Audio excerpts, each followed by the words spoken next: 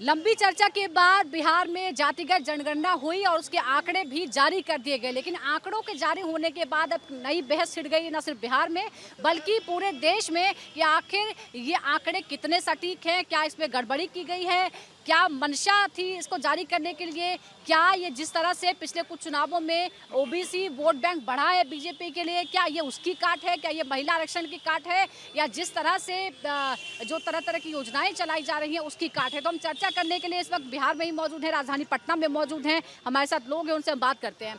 आप बताइए कि ये पहले तो इस सेंसस को कराने को लेकर ही बहुत विवाद हुआ, मामला सुप्रीम कोर्ट तक गया, फाइनली हुआ, अब भी विवाद है, क्यों? बिल्कुल विवाद है। जिस प्रकार से बिहार सरकार जातीय जनगणना का आंकड़ा पेश किया गया है पूर्ण रूप से त्रुटिपूर्ण है और इसमें फर्जीवाड़ा हुआ है। क्या त्रुटि लगती है आप, क्या गलतियां हैं? गलतियां ये है कि जो सही आंकड़ा है वो पेश नहीं किया गया, ठीक है। इसके साथ साथ आर्थिक जो था, आर्थिक सर्वेक्षण का बात था, वो भी पेश नहीं किया गया है। और ये चुनावी जुमला है बिहार सरकार का, आपस में समाज में नफरत फैलाने के लिए ऐसा किया गया है और सवर्णों को इसमें ठगा गया है, स्वर्ण जातियों को दबा दिया गया। क्या ये मैंने कुछ लोगों से बात की, वो कह रहे हैं कि शायद आंकड़े गड़बड़ हैं, कि सवर्णों को कम दिखाया गया जानबूझ पूरा पूरा बिल्कुल कम है, बिल्कुल कम है। फिर से उसको सर्वे करवा लीजिए। बहुत सारे घरों में तो सर्वे करने वाला गए ही नहीं, जनगणना वाला। इसमें पूरा पूर्ण रूप से त्रुटि है और पूरा विवाद चल रहा है इस पर और विरोध हो रहा है। और इसकी जांच कैसे होगी कि इसमें गलती थी या किसके घर नहीं?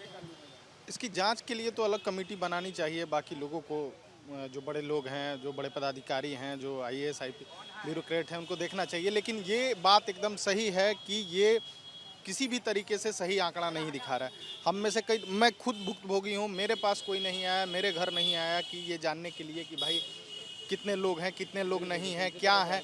तो जब मेरे साथ ये है तो इस तरह की कितनी संख्या होगी बिहार में, बहुत बड़ी संख्या होगी जिनके पास अभी नहीं थी। ये केवल शहरों तक, कुछ लोगों तक, कुछ जातियों तक ही सिमट के रह गया है।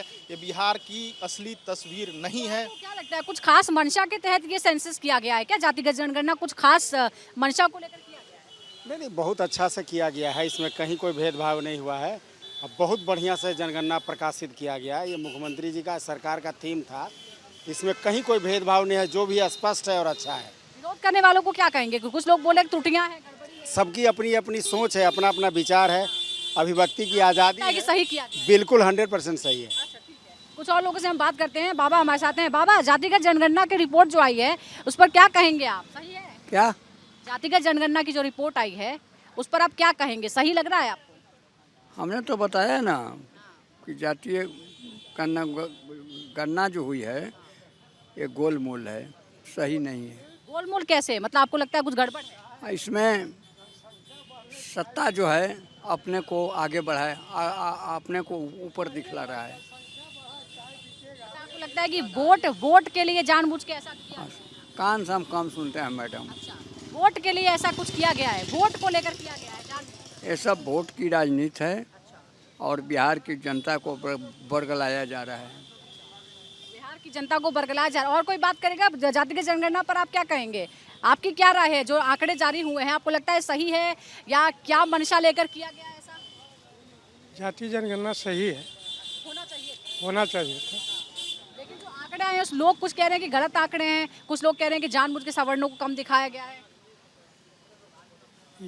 ये तो जो कहते हैं वो खुद करके देख ले कि सही है या गलत है। वे मार्केट में घूम करके और गांव देहात जा करके देख ले कि ये जनगणना सही है या गलत। अच्छा, ये बताइए, कुछ और लोग अगर बात करेंगे तो ये भी कहा जा रहा है कि जिस तरह से बीजेपी का वोट बैंक बढ़ा है ओबीसी के तरफ से, आप बात करेंगे? जातिगत जनगणना के बारे में जानते हैं कुछ? अच्छा, कुछ तो जानते थे, बताते हैं। जाति गणना जो आप चिल्ला रहे हैं, 15 करोड़ से जाति गणना अगर सही से जांच हो तो 15 करोड़ लोग पहुंच जाएंगे। 15 करोड़। और जनसंख्या 14 करोड़ बताई है सरकार ने बिहार में। वो बताने दीजिए, वो बताने से कोई फर्क नहीं कि 15 करोड़ पहुंच जाएगा। लेकिन जाति गणना जो हुआ है, 4 आना लोग घर घर घूम कर सही किया है, लेकिन 12 आना वो जो वोटर लिस्ट है उससे लेकर भर भूर करके शो कर दिया गया है। आपको लगता है त्रुटि है, गड़बड़ है? ये है, टोटल है, त्रुटि है। तो क्यों किया गया? जानबूझ के किया गया ऐसा? ये तो जानबूझ के करबे करता है लोग। हम आज़ादी के पहले 13 साल के अंग्रेज के रीजन में थे, हम सब कथा को जानते हैं। लेकिन अब का कमज़ोर व्यक्ति कहाँ जाएगा? अगर आप गलती करें, आपका विरोध हम अगर बोलते हैं कि आप गलत किया है तो मारे जाएंगे। क्या उम्र है आपकी? 92 साल से टपरा है। 92 साल है। हाँ तब देखिए, तो इन्होंने पूरा बहुत बदलता हुआ भारत भी देखा है। तो हम यार कपड़ा दिए पर नहीं था हम लोग का, लोही पहिया पहले चला, उसके बाद छेदई चला, उसके बाद झरना चला, उसका अरे का कितना कहवाइएगा, छोड़िए। समाज सारा बदलता हुआ जो समय है वो आपने देखा है। हाँ, आप सही काम कीजिए, बिहार हो चाहे भारत हो चाहे दुनिया में, सही को सही कहा जाएगा। सही है। आपको अगर सही लग रहा है तो आप सही बोलिए, गलत लग रहा है तो गलत बोलिए। आप बताइए, जातिगत जनगणना के जो आंकड़े आए हैं, जातिगत जनगणना कराया, सही कराया? ये तो बिल्कुल अब आधारहीन है जी, कहेंगे आप? बिल्कुल आधारहीन है। ये जातिगत जनगणना का क्या जरूरत था? 20% वाले राज कर रहे हैं हिंदुस्तान, बड़ा 82% 85% गुलामी कर रहा है। तो ये तो फूट डालो राजनीति करने वाली अंग्रेजों वाली बात हो रही है। तो यही कह रहे हैं कि हम संख्या जांचना चाह रहे थे, जिसकी संख्या भारी उसकी उतनी हिस्सेदारी। ना कहाँ हिस्सेदारी है? कह रहे हैं हिस्सेदारी बढ़ाएंगे ना, इसलिए तो कहाँ बढ़ाएंगे? लालू जी सीट छोड़ेंगे, नीतीश जी अपना सीट छोड़ के देंगे दूसरों के। अब ये लोग रिजर्वेशन के लायक रह गए हैं क्या? लालू जी का परिवार या नीतीश जी का परिवार हो, रामविलास जी का परिवार हो, सोनिया जी का परिवार हो, अब ये लोग आरक्षण के लायक हैं? इन लोगों को आरक्षण सीट क्यों चाहिए? ये अपना रिजर्वेशन अब सीट छोड़ दें। वो अपने लिए नहीं मांगेंगे, लेकिन अगर समाज के लिए नहीं मांगेंगे, समाज के लिए मांग रहे हैं तो अपना सीट छोड़ करके जनरल आकर के अपना सीट पर लड़ाए। तो वैसा तो करने वाले नहीं है ये लोग। आपको क्या लगता है कि मंशा क्या है? क्या मंशा ये है कि सिर्फ राजनीतिक मंशा है 2024 में बीजेपी को टक्कर? बस वही बीजेपी खत्म होने वाली है। बीजेपी खत्म होने वाली नहीं है। ये लोग जो हैं हिंदुत्व को खत्म करने पर पड़े हुए हैं।